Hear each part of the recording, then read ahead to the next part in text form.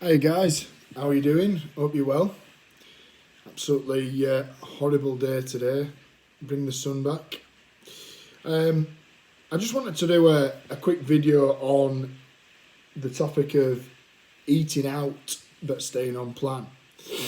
Um, and I want to kind of go into that with further details and kind of go through why I believe that the traditional method of how people cheat, that word's going to be banned, um, how people do this and create bad eating habits for themselves. So, are you one of these people? Because I am one of these people that I'm going to describe, and it's something that me and my coach are working out. I mean, it's something that I'm trying to work in with a lot of my clients as well. Ones that I genuinely don't think that this suits. So, how many of you are people that diet all week, and then it gets to Saturday and you have a cheat day, so you just go mental. You eat a bad breakfast, you eat a bad dinner, you have a bad tea, you have sweets, you have this, that, and the other. In my opinion, and again, this is on a personal level, is this does absolutely nothing for your mental state towards food. It's the exact opposite, because all you're doing is you're creating that stigma that this is bad to do and these are bad foods that you shouldn't be having. So you're spending all week just eating perfect, and then you're binging, and then you feel crap on Sunday. I know this because I do it myself. You feel absolutely shocking on Sunday, and then you feel like you're just catching up again. So what I wanted to do on this video is to try to teach you how you could eat out multiple times a week, or eat a nice meal multiple times a week, and you don't have to go absolutely mental with it. So, say you want to eat out on a Wednesday and just be like a normal person. You want to go out with your partner and you want to eat at a restaurant. I would always choose somewhere where I know that I can still stay within my limits. I'm not going to binge because it's quite hard. Let's face it, you go somewhere like Red's Barbecue or TGI's, it's very hard to stay within your calories. But you go somewhere like Cafe Passion or any other Turkish place in Halifax, Timogen in Sorby Bridge, Nando's, any take on Nando's, even pubs like the Molens, for argument's sake, they have a menu that's full of good stuff. Like, and I'm not talking. Oh, they've got a little bit for healthy people, salads on side. They do, like, for argument's sake, chicken fajitas and stuff like that, where it isn't bad to do. So, if you were to be able to do that on a Wednesday night, would you then need to go all out and do this all out binge on a Saturday? Or could you get to Saturday and then maybe, again, you might want to be a little bit more naughty on Saturday, but what is wrong with eating, say, Thai food, Turkish food, Greek food, homemade burgers, homemade Nando's, going out and having a little bit of tapas? There's nothing wrong with that. It doesn't all have to be in one day. So the best options, as I say, are things like the Turkish kebabs. They're absolutely brilliant. You've got a flatbread, rice. I don't even want to class them as cheat meals or off-plan meals. Let's work with not creating this stigma about cheat foods, cheat this.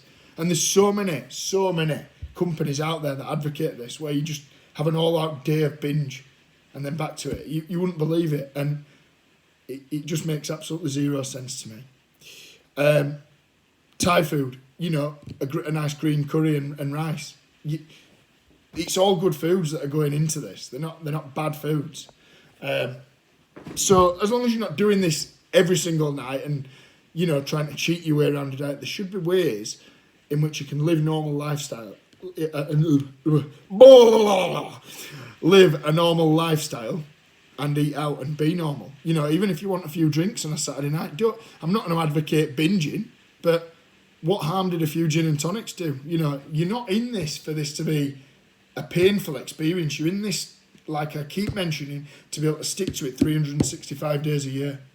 I am not one of these people that is going to say, right, come with me, I'm going to put you on an 8-week plan. Yes, if you've got a goal, if you're going on holiday, or you're doing a competition or you're doing a photo shoot, that's different. I'll sit down with you and I'll do that with you. But if someone comes to me and their goal is just in order to just look better, be healthier, my first thing that I will work with is creating a lifestyle, because without that, I just do not see it as a good endeavour for my clients to go on. You know, this needs to be something that maybe, let's say, 38 weeks of the year, you're there and you're eating this. You're living a really good life with it. You're eating out. You know, if you want a few drinks on a weekend, you're having that. You're smashing your goals. You're absolutely on fire in the gym. And then you might have 8 to 12 weeks a year where you diet for something specific, and then we do kind of flip the switch. If we've got you in this position where you've got all these things that you're doing all year round, do you think that makes my life easier when I have to take certain things off you steadily when you're cutting and when you're losing weight? Because for argument's sake, say you have 6 gin and tonics every Saturday night. We might look at that diet for the first 2 weeks of your cut or your strip up or whatever you want to call it. And I might say, right, Brian. And I keep saying Brian, I like the name Brian. Right, Brian, big Brian. The first 2 weeks of your cut, all we're going to do is we're going to take those gin and tonics down from 6 to 3. We're also going to increase your steps by 2,000 a day. Come back to me in 2 weeks. 2 weeks' time, he's lost X amount of weight. What's the next thing that we can take off him? Oh, he's having two meals out a week. They're a little bit dirtier than I'd like. So, right, you can still go to Cafe Passion on a Wednesday night, but I want you to take that flatbread out. So I want you to have the chicken and rice. I also want you to get out in the morning and do 20 minutes walk extra, 10 minutes walk extra. Come back to me in 2 weeks. Can you see where I'm going with this? If you've got someone's life and they're restricting themselves too much anyway, you've got nowhere to go when you want a diet. So this is a massive, massive, massive important thing. Get with a coach that is going to create a lifestyle. Don't get with a coach that is going to have you dieting and striving all year round, because that's not fun and it's just not sensible. So hope that helps you guys. Cheers. I'll keep these coming.